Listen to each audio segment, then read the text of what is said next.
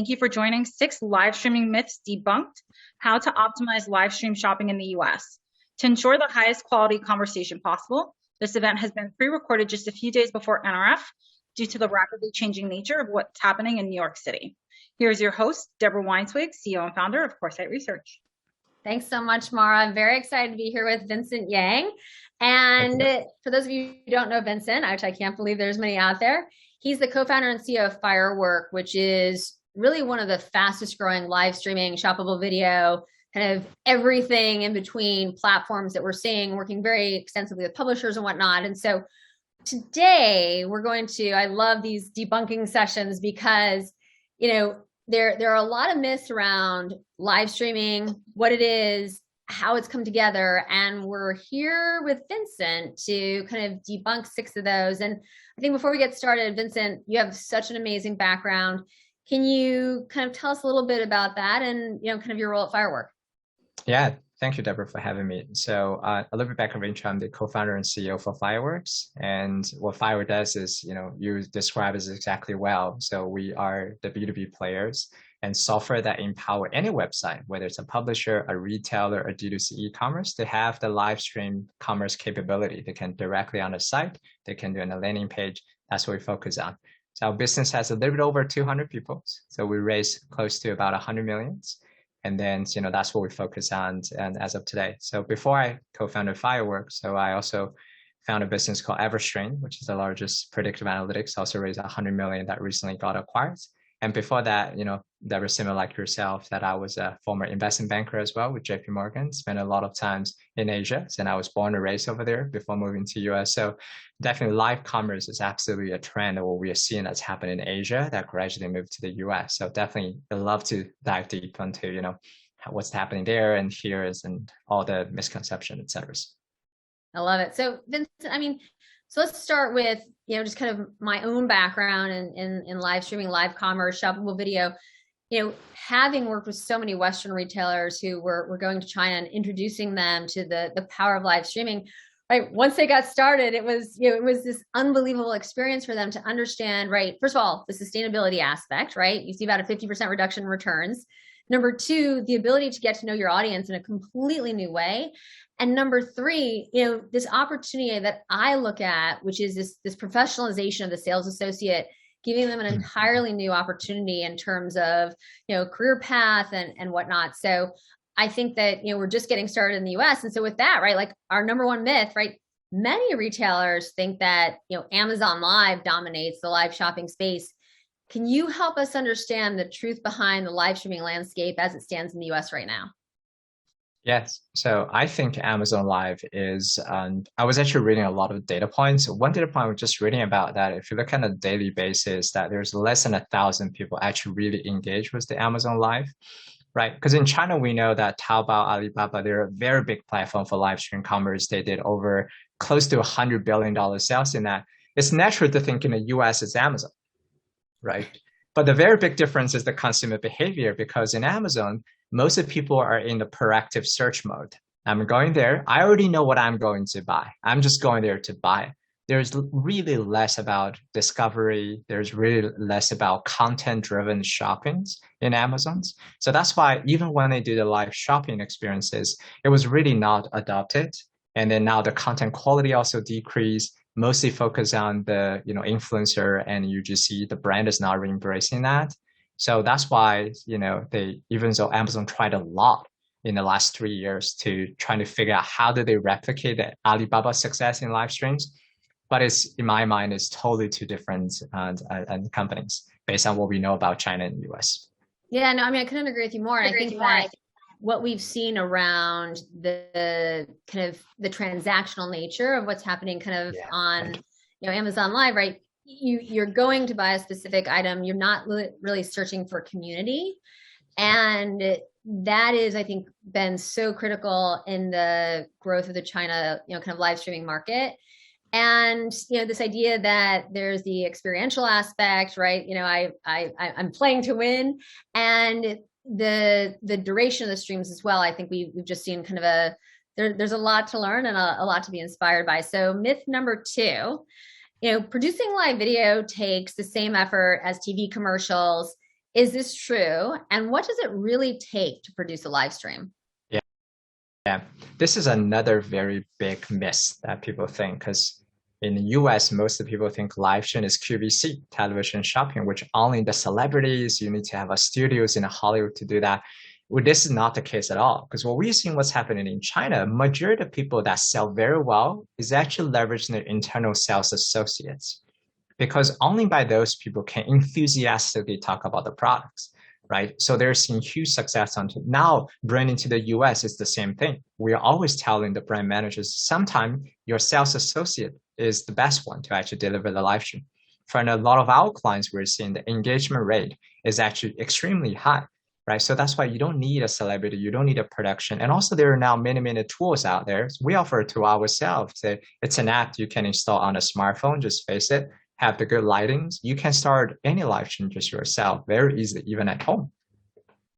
I think that what happens, Vincent, is that, or at least as it's been described to me by a lot of the retailers, is right, they're so used to looking at everything in kind of like magazine quality content. Yeah, right. And then, right, to take that leap to, a live stream. I mean, I said, right, you have to make mistakes. This has to like drop, like if it's gone too perfect, drop something, right? Because you want it to be very, very real. And right, I think as long as there's like no profanity, I think that, there is some challenges around that.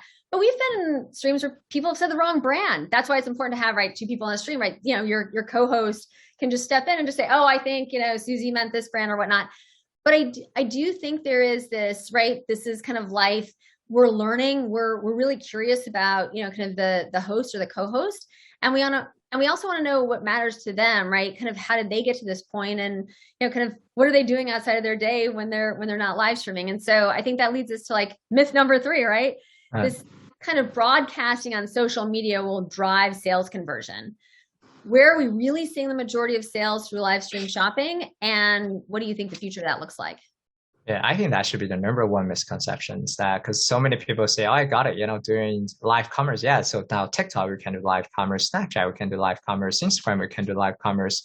But again, let's look at the data.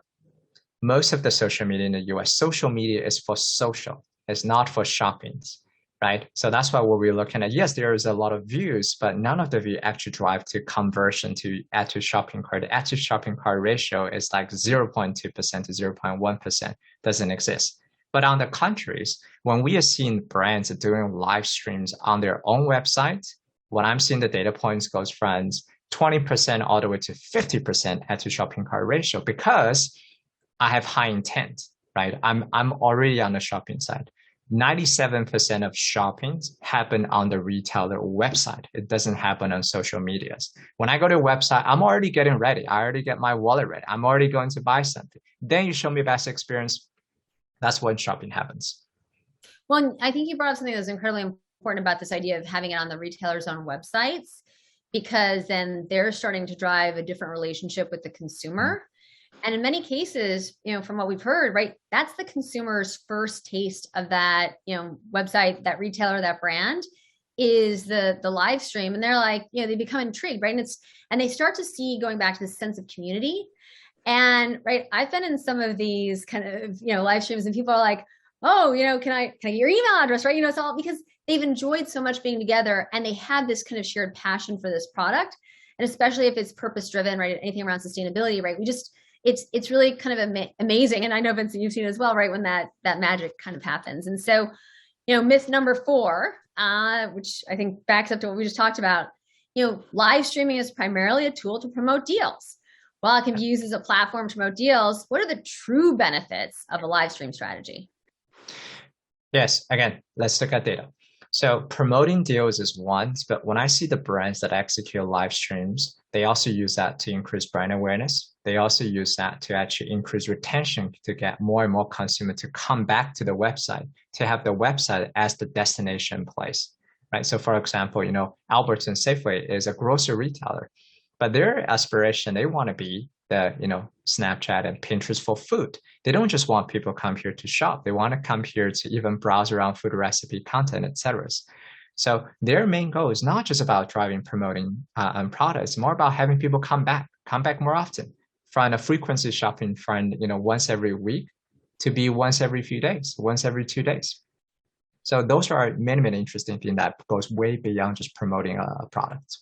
Well, and I also think, so at least what I've seen, where we've had the greatest success is where, you, the brand, you, the retailer, are helping the consumer become more of an expert. And I can't think of a better place than in food, right? Especially with the amount of food allergies we have in the US, but also it's like, okay, right, you can ask the host, okay, I'm going to prepare that dish you suggested, right? Like what goes really well with that? And, I'm going to, and so it just starts to completely change the way that, and I think the most important thing, at least for me personally, and I think at Coresight, is that we look at this significant reduction in waste, right? So you know how much to buy. Do I need to buy 5 avocados or 2 avocados? Will this pair well together? That type of thing. And I think that ultimately, so it's not only that we're reducing returns by 50%, there's the sustainable, I'm not overbuying at the beginning either. And so, and I'm saving my time, right? I don't have to worry about the return. So it kind of checks every kind of sustainability box along the way. And I think that there's something really special about that. All right. Myth number 5, we kind of talked about this a little bit. Attracting celebrities, followers always leads to high sales. So who have been the best brand advocates in your experience so far? I think the brand advocate is still the internals and sales associates, and also maybe the brand ambassador. Brand ambassador doesn't need to be celebrities. Those are the one that can clearly articulate the brand. They might not have as big a following like Taylor Swift, but what we find constant surprise about, they're the one that talk very, very well. So about the brand, etc. So we don't necessarily need the celebrity to do a lot of those. So well, they also know the brand, right? I think that's the challenge sometimes, is that I've been on the other side of a lot of these, and I'm like, or I'll even ask a question and just the person doesn't necessarily, you can tell. And I think whether it's a brand ambassador or sales associate, or even I think sometimes C-suite executives can do a really great job. Yeah, exactly. You can get you can get the essence, I think, of the brand, the company. And once again, I think that's what's driving these very high conversion rates on own website is that magic. All right. I can't believe we're already at number 6. This is like my favorite topic. Sales conversion is the only metric that matters. What other metrics are important to, for retailers and brands to think about, Vincent? So what many of our clients are tracking 3 more data points beyond conversions. One is called engagement times, or the session length. How long do people spend on a website? Right. Normally you're seeing about a double or even sometimes increase by 4 times could they engage. That's the one called engagement time. Do they engage much longer? Second thing what people are looking at is engagement rate, right? Even though, because buying something is the bottom of the funnel, you don't buy products in day 1, right? Because there's a typical 7-day buyer's journeys, right? But the beginning of journey is get me engaged. Am I chatting with you? Am I asking the right question? Am I sharing this? Am I liking this? So engagement rate is also a very, very good thing. And the third very important one is about returning users. After seeing the live stream for the first time, I see like a new electronic phones, etc. But I didn't buy. But I was very intrigued. Then tomorrow I come back again to buy. So the returning visit is also very important. So those are the 3 stats that beyond just a click to purchase. Many people evaluate this in the wrong ways. They should look at it holistically on that. But I also the last thing you brought up, I actually think is so critical, which is being able to stay connected to that consumer and helping them, right, especially if they've had a great experience. We're going to have this, kind of live stream every Wednesday at 9 a.m., Wednesday at, maybe it's 8 a.m., exactly. You get a ping, right? Yeah. And so, because we hear that a lot from consumers, right? Where they're like, gosh, it was so great. I learned this, but I don't know when the next one is. And I don't really know how to find out about it. And so I do think, for lack of a better way to put it, I do think retailers are leaving a lot on the table when they're not continuing that kind of post-stream really engagement, right? It's not, oftentimes it's not necessarily post-purchase, because it takes a few streams, right, to have that. So Vincent, we've just scratched the surface. We've got to do this again, hopefully in person soon, but this is fantastic. And, we did hear a lot about live streaming at CES. I know it's going to be a hot topic at NRF. And I think that, we're just seeing kind of really the beginning of this industry take shape. And I think, kind of Firework's role in that is really critical, not only from an education perspective, but just helping a lot of these retailers, kind of drive their platforms and their businesses, and really understanding the importance of own websites. So for anyone who wants to understand any of these kind of myths and, kind of really dive into them a bit better, we've done of course, a very detailed report on this that published on January 16th. And also reach out to myself or Vincent. We're always here. This is a topic near and dear to both of our hearts. Vincent, thank you. Look forward to chatting again soon. Yeah, thank you, Deborah, for having me. It's a great conversation. Thanks. Okay.